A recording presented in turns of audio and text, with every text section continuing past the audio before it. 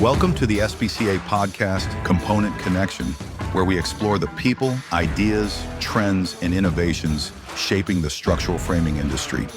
Regardless of how you touch this industry, we're glad you're here. Enjoy the episode.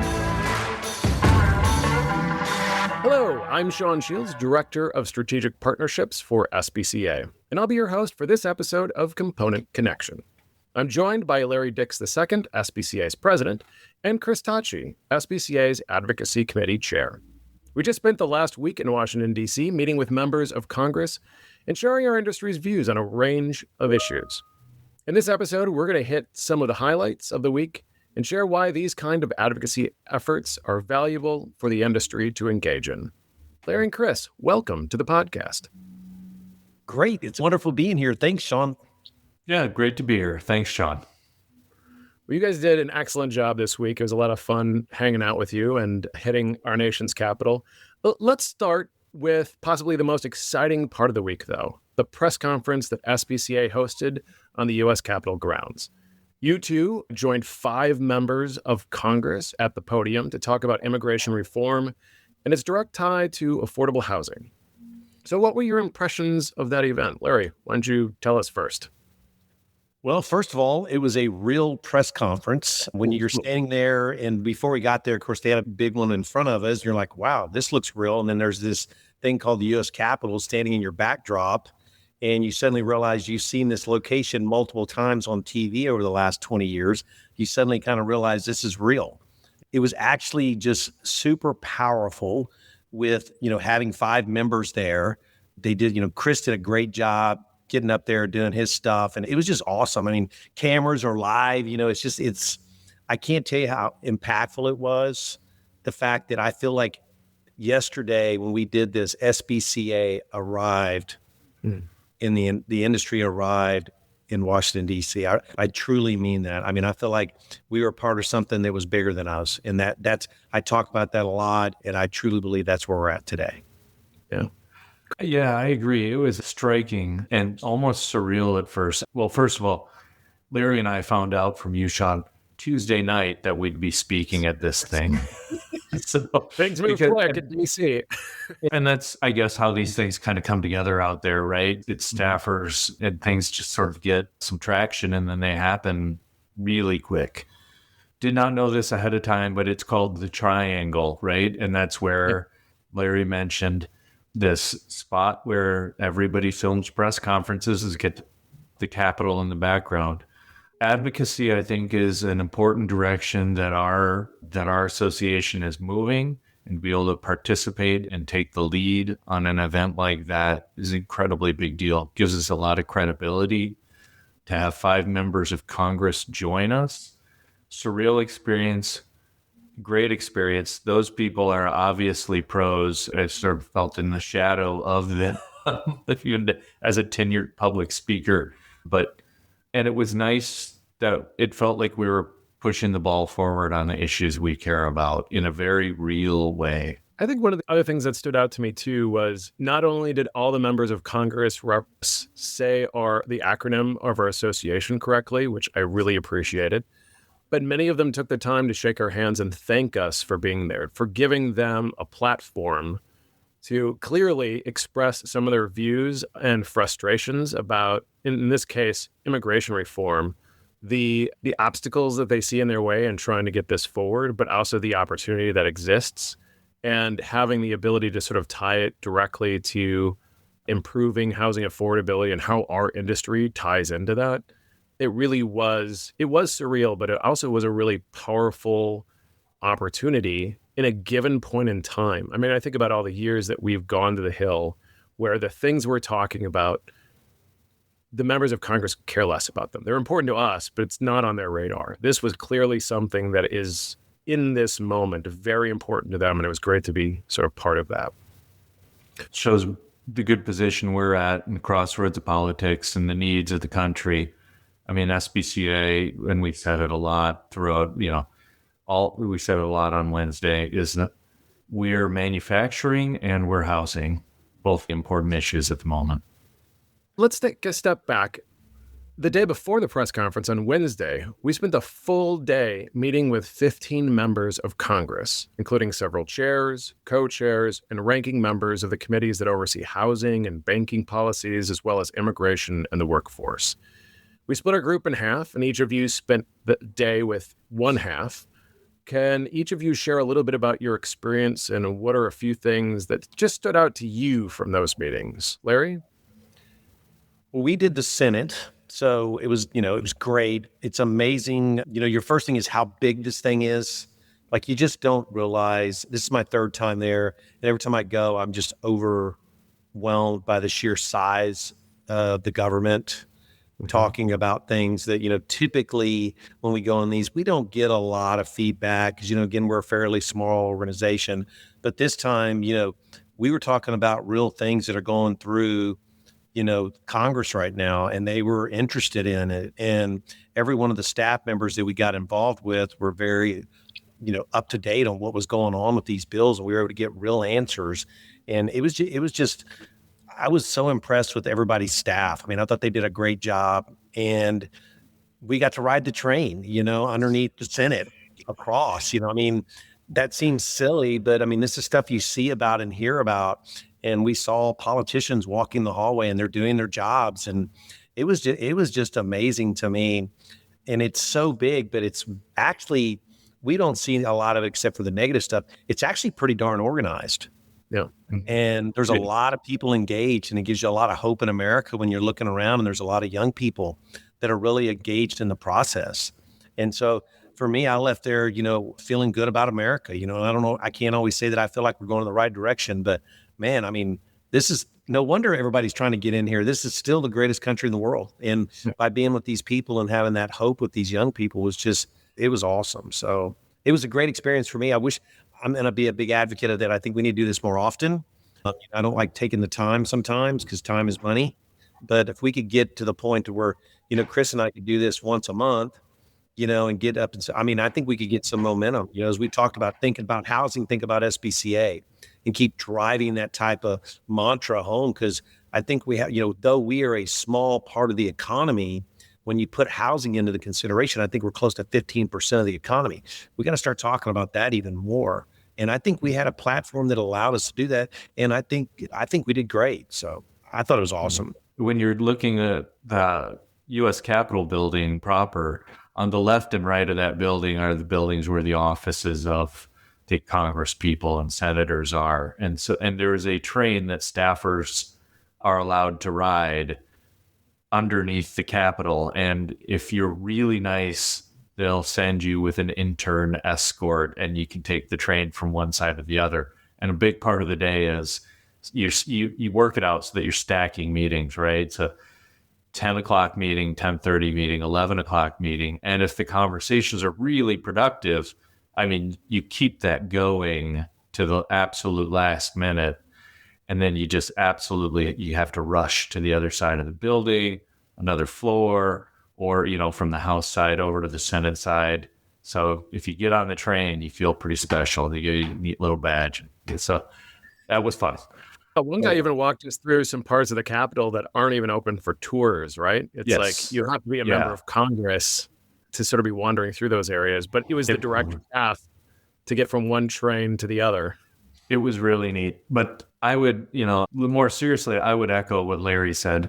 The striking difference this time around was the issues we were coming to the Hill with are relevant. They're right now, and the staff was very up to date on the things we were talking about, and they were asking us engaging questions. They wanted to hear our opinions on the topics. And so it was a lot more than some years you go out there and you sit down and they're just taking notes and they're nodding their head and saying yes a lot, right? And you get your time and then you move on. This year, it felt a lot more like a conversation, a lot more engaging. So very interesting also with, you talk about the Dignity Act in particular, which is in the House right now. The House staff, much more familiar with the details than the Senate staff at the moment, right? They're aware that there's something going on there, but it hasn't made its way over to them yet. And so So that was interesting, just kind of following the thinking of what's going on. Well, and just like the other bill that we were talking about, the housing legislation that just recently passed the House and is back onto the Senate's plate, the Senate probably had more insight into who are the senators who are really going to drive how quickly that got brought up for a vote and what were going to be the sticking points. The House was pretty much like wiping their hands of it and saying, yeah, we did what we could do and we'll just sort of see. So you do get a very different perspective depending on which chamber you're interacting with. I think one other thing too is I appreciated, on the Dignity Act, for example, that the Senate just has a different perspective. Like they know they're going to get something about immigration reform for the House, but they at this point don't really know what it is and frankly don't care very much because they're going to wait until they get a bunch of solutions handed to them.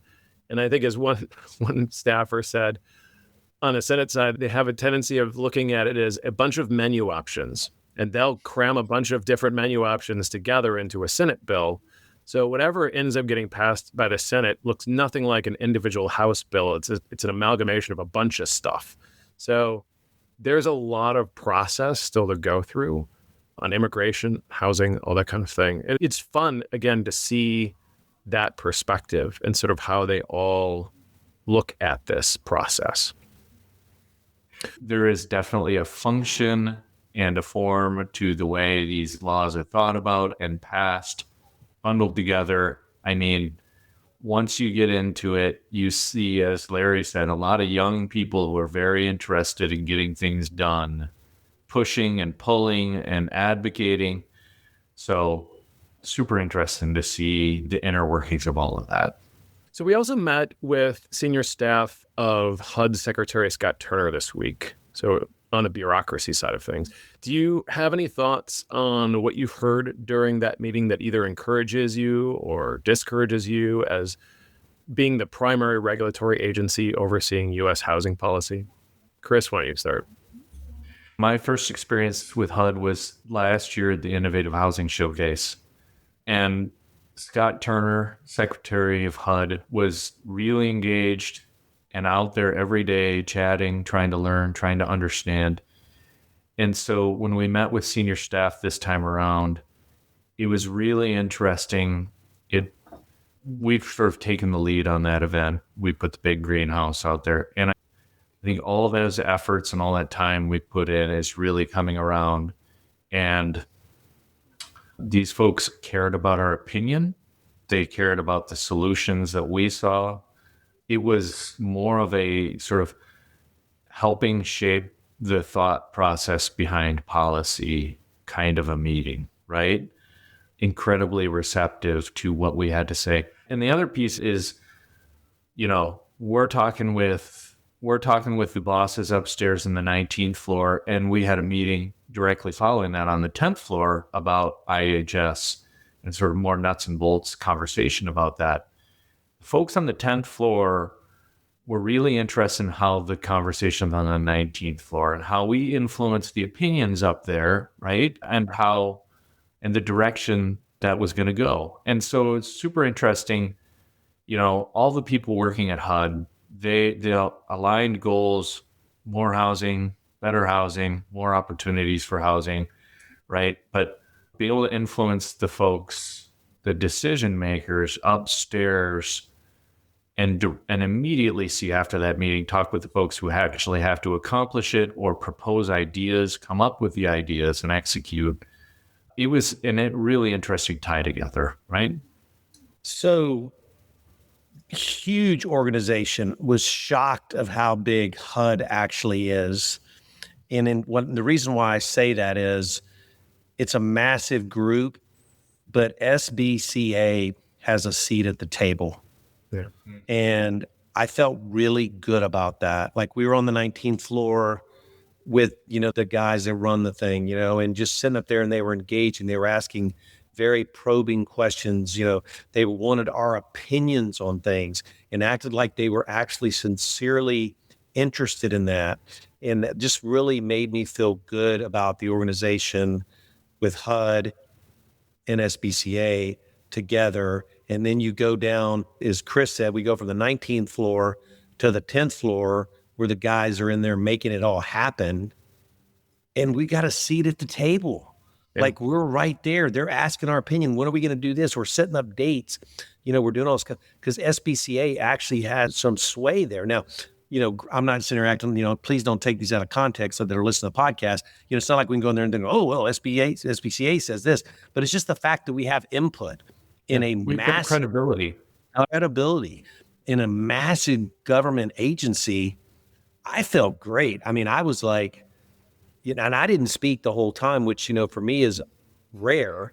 And I'm just listening to what they're saying and listening to what Sean's saying and what Chris are saying. And they're asking, y'all are asking great questions. They're giving great responses. So I just want everybody to listen to this podcast. When you're thinking about this stuff, I'm telling y'all, we have arrived. And we need to mark this on our calendar with the press conference, with the meeting with HUD, with meeting with the Senate, the people in the House. I mean, I just felt like this was our time in history that we're going to be able to look back and say, this was our pivotal turning point. And what is it? The IHS is the acronym. Yep. The big green house. I mean, next time y'all look at that picture, that is the only picture that's better than that was Chris standing at the podium with the U.S. Capitol in the back. This is real stuff that our industry, a $10 billion industry, which is 0.00004 of the total U.S. economy, has got a house on the mall and is having press conferences in front of the Capitol. That's a big deal. And HUD was right there with us, and they were wanting our opinion. So I'm excited. I'm very motivated about it. And I think like I said, Chris and I need to be up there every week or every month for selfish reasons. One, we'd get both of us want to speak a lot, and we would get a whole lot better at it. And we saw about 5 professionals in front of us that were pretty darn good at it. And so we were sitting there in front of that Capitol. But I thought HUD was great. And we just got to keep driving this thing. If anybody's concerned about spending the amount of money we spend to get that house on the Capitol, you need to just talk to one of us on this podcast, because we'll make sure you understand it's a great investment and worth every penny. I love that, Larry. And with the last minute or two that we have available to us for this episode, can you just talk a little bit more about what you see as the value we are driving for the industry and participating in this event? What does the industry get out of this? Well, we got to build more houses. We need more trusses. And, as I said earlier, we've got a seat at the table. We have an opportunity for the first time in the history of this organization to say, if you think about housing, think about SBCA. And we flipped the switch this past couple of days to where I feel like that's where we're at. And so when someone asked me about, this is when everybody, there were 6 of us there. Next time we need to have 12. And we need to be able to hit, instead of, I guess we hit 15. Chris and them were the marathoners. Y'all did 8 and we did 7. Well, next time, if we have enough people and we can do, 30, then it's just more impact and more stuff. And people need to get involved and engaged in the process of our government. And, as I said, we're 15% of the U.S. economy. We need to start talking about that more and more. And if you think about housing, think about SBCA. I think as an organization in the last 5 years, we've really done an excellent job sort of doing association stuff for our members, right? We kind of have all of our ducks in a row, best practices, guidance, education opportunities for CMs, framers, right? And so what's the next step? What does that look like? And my opinion, and I think a lot of the leadership's opinion, is outside influence that is influencing the world around us on behalf of our members. And through the connections we're continuing to establish in Washington, we're really going to be able to have a strong influence on the direction construction goes. And that is, components are the only practical offsite solution, right? And that's a real message. That's not marketing. I build buildings so much faster than my competitors who don't utilize these products. So be able to get decision makers in Washington to understand that and to have policy that reflects that truth is a great next step for us as an organization. Chris, that just reminds me of one story. So we had a Representative Adam Smith from Washington. He's a Democrat. And speak to our group. But this year we met with one of his senior staffers who's writing this bill called the FASE Act. And it's a bill that originally was focused on opening opportunities for manufactured housing. What was really fascinating as we talked to him, his recognition of how vital our industry is in that and how they need to, they want our advice on what language they should put in that bill for it to be effective. And they want us to have a seat at the table to weigh in on language in a piece of legislation that's going to be beneficial for our industry.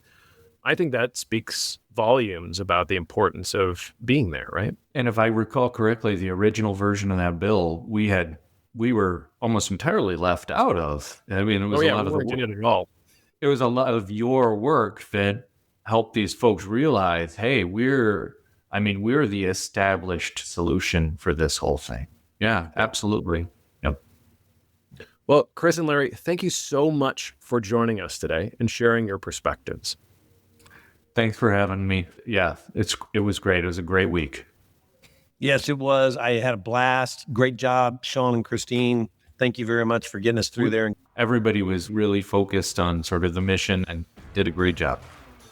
Yes. Well, and thank you to everyone else for listening to this episode of SBCA's podcast, Component Connection. If you've enjoyed this episode and found it valuable, please like it, share it with others. Stay up to date and in the know by subscribing to Component Connection on whatever platform you use most. Thanks for listening to Component Connection, brought to you by SBCA. If there's a topic you'd like us to explore in a future episode, email us at podcast@sbcacomponents.com.